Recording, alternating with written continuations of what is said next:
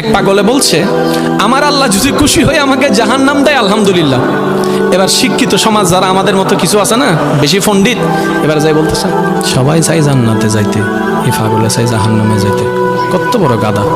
পাগলে মুস্কি হেসে বলে যায়, হ্যাঁ ঠিকই বলছেন, আপনাদের মতো সুস্থ আমি হতে চাই না, এই পাগলেই থাকতে চাই।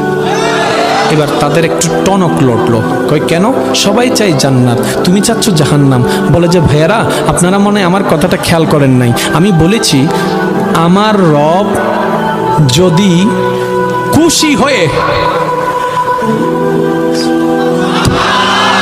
আমার রব যদি খুশি হয়ে আমাকে জাহান্নাম দেয় আমি সেটাও নিতে রাজি। বলে যে এখনো বুঝলাম না। পাগল বলে জ্ঞান দিয়ে রবের বিষয় বোঝা যায় না, দিল দিয়ে বুঝতে হয়। আরে শুনো, রব যখন খুশি হয়ে যাবে জাহান্নামটা জান্নাত হয়ে যাবে, রব যখন নারাজ হয়ে যাবে জান্নাতটা জাহান্নাম হয়ে যাবে।